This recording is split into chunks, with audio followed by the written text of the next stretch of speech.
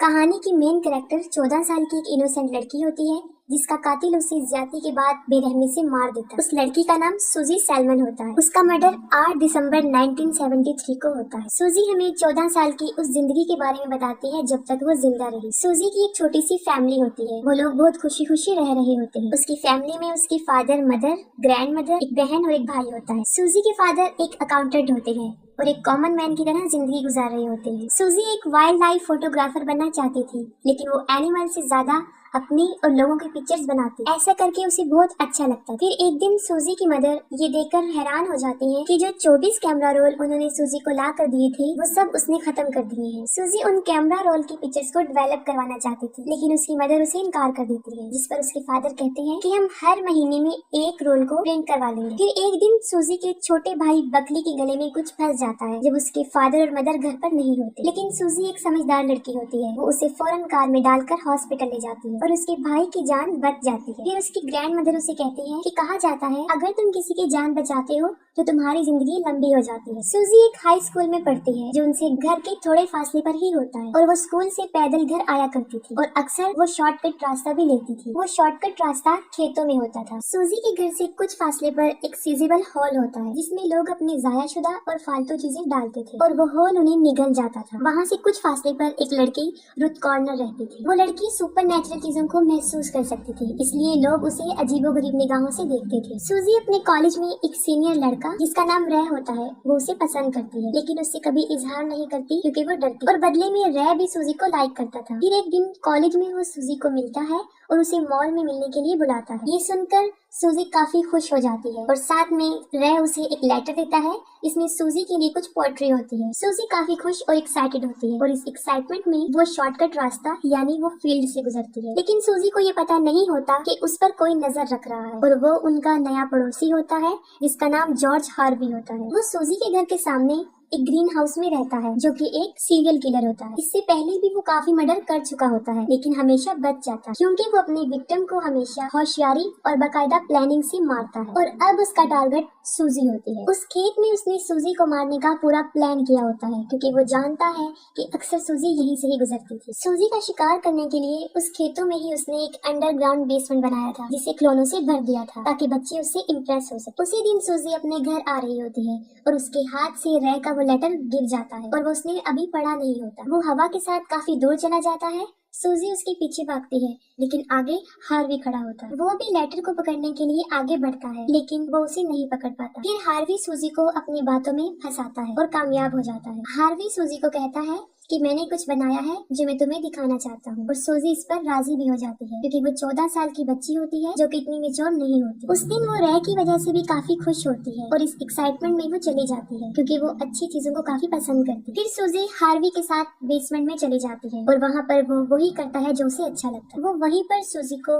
अपनी ज्यादती का शिकार बनाकर उसे बेरहमी से मार देता है और इसके बाद उसके टुकड़े कर देता है। क्योंकि ये मूवी एक सुपर नेचुरल मूवी है जिसमें काफी अप्स डाउन है। फिर हम देखते हैं कि जब सूजी उस बेसमेंट में होती है तो वो अपनी जान बचाकर वहाँ से भाग जाती है और यहाँ पर हमें लगता है कि सूजी शायद बच गई होती है, लेकिन एक बहुत अजीब चीज होती है। वो सड़क पे अपने डैड को देखती है जो उसकी फोटो लिए लोगों से उसके बारे में पूछ रहे होते हैं। सूजी उन्हें आवाज देती है लेकिन वो उसकी नहीं सुनती और सूजी इमेजिनेशंस की दुनिया में चली जाती है। ऐसा इसलिए होता है क्योंकि सूजी तो मर चुकी होती है और ये असल में उसकी सोल होती है जो ना तो अर्थ पर होती है और ना ही हेवन में, बल्कि एक ऐसी दुनिया में होती है जो अर्थ और हेवन के बीच में होती है। लेकिन सूजी अर्थ और हेवन की फीलिंग्स ले सकती है।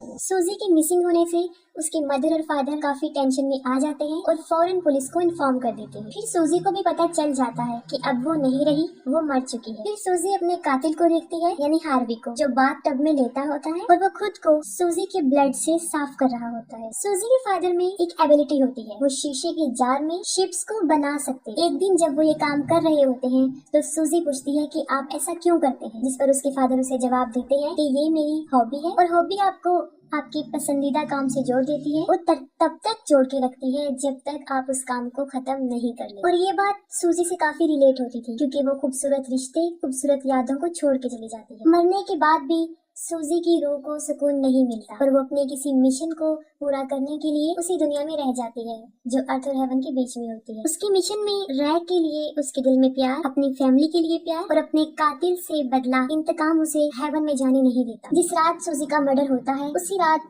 रुथ कॉर्नर उसे सड़क पर देख लेती है और सूजी भी उसे। ये वो वक्त होता है जब सूजी मर चुकी होती है और उसकी सोल यहाँ से जा चुकी होती है और रुथ कॉर्नर को वो लेटर मिल जाता है जो रे ने सूजी को दिया होता है। सूजी एक ऐसी दुनिया में होती है जहाँ पर टाइम की कोई लिमिट नहीं होती, मगर असल दुनिया में टाइम काफी गुजर चुका होता है। इन्वेस्टिगेशन के दौरान पुलिस को सूजी की हैट मिल जाती है जो उसकी माँ ने उसके लिए बनाई थी। काफी वक्त गुजर चुका होता है और पुलिस वालों को ये बात समझ में लग जाती है कि सूजी मर चुकी है और उसकी माँ भी इस बात को एक्सेप्ट कर लेती है। लेकिन उसके फादर हार नहीं मानते। सूजी के फादर उससे बहुत प्यार करते थे, तभी सूजी अपने फादर के लिए सुपरनैचुरल इवेंट्स क्रिएट करती रहती थी जिसकी वजह से उसके फादर उसे महसूस कर लेते। उसके फादर ये तय कर लेते हैं कि वो उसके कातिल तक जरूर पहुंचेंगे क्योंकि काफी दिन गुजर चुके होते हैं और उसका कातिल भी पकड़ा नहीं जाता। सूजी की मदर की हालत भी काफी खराब होती है। उन्हें एक जॉब की ऑफर आती है और वो अपनी फैमिली से दूर वहाँ पर चली जाती है। सूजी के फादर अपने प्रॉमिस को पूरा करते हैं, यानी वो हर महीने में एक कैमरा रोल उसके लिए प्रिंट करवाएंगे और वो ऐसा ही करते हैं। और वो खुद भी काफी इन्वेस्टिगेशन करते रहते हैं लेकिन इसका कुछ अच्छा रिजल्ट नहीं मिलता। हार्वी भी आजाद घूम रहा होता है और किसी को भी उस पर शक नहीं होता। एक बार पुलिस भी उसके घर आ चुकी होती है। फिर एक दिन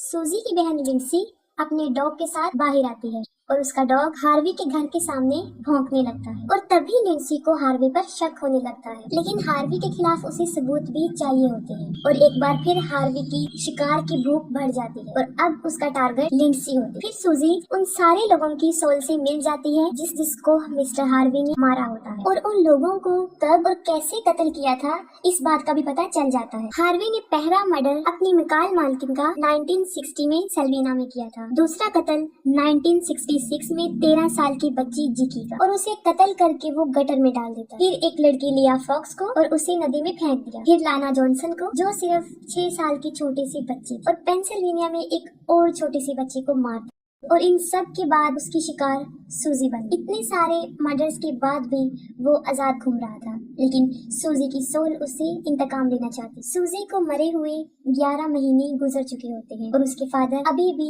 कातिल की तलाश में घूमते फिरते हैं और सूजी के कैमरे का आखिरी रोल भी वो प्रिंट करवा लेते हैं और आखिरी रोल की फोटोज में वो देखता है कि जब सूजी फूलों की पिक्चर बना रही होती है तो हार्वी भी उसमें आ जाता है। फिर जैक को अचानक से ख्याल आता है कि शायद इसी ने मेरी बेटी के साथ कुछ किया। वो उसके गार्डन की तरफ जाता है और उन्हीं फूलों की तरफ देखता है जिसे सूजी ने तस्वीर में कैप्चर किया था जो कि अब मुरझा चुके थे। अचानक से जैक के हाथ में एक फूल फ्रेश हो जाता है जो सिर्फ जैक ही देख सकता है। इसके बाद वो हार्वी को मशकूक निगाहों से देखना शुरू कर देता है। हार्वी लकड़ी का एक जाल बना रहा होता है लेकिन जैक को ये नहीं पता होता कि ये उसकी बेटी लिंडसी के लिए बन रहा है। लेकिन नजरों ही नजरों में जैक उसके इरादे को समझ जाता है और हार्वी को भी शक हो जाता है और वो अपने घर की तरफ भाग जाता है। जैक भी उसके पीछे चला जाता है लेकिन उसके पास कोई सबूत नहीं होता और पुलिस उसे ही कसूरवार समझती है। पुलिस वाले उसे कहते हैं कि तुम ऐसे ही किसी को इल्जाम नहीं दे सकते। लेकिन लिंडसी को पूरा यकीन होता है कि हार्वी ही कातिल है और एक दिन जब हार्वी अपने घर पे नहीं होता तो लिंडसी उसके घर में चुपके से जाकर तलाशी लेती है। वहाँ पर उसे एक डायरी मिलती है जिसमें सूजी की फोटो और उसके बाल लगे होते हैं और सूजी को मारने की पूरी प्लानिंग का स्केड्यूल भी। ठीक उसी वक्त हार्वी भी घर पर आ जाता है। उसे शक होता है कि घर में कोई है और वो उसी जगह की तरफ भागता है जहाँ उसने डायरी छुपाई होती है और फौरन वहाँ से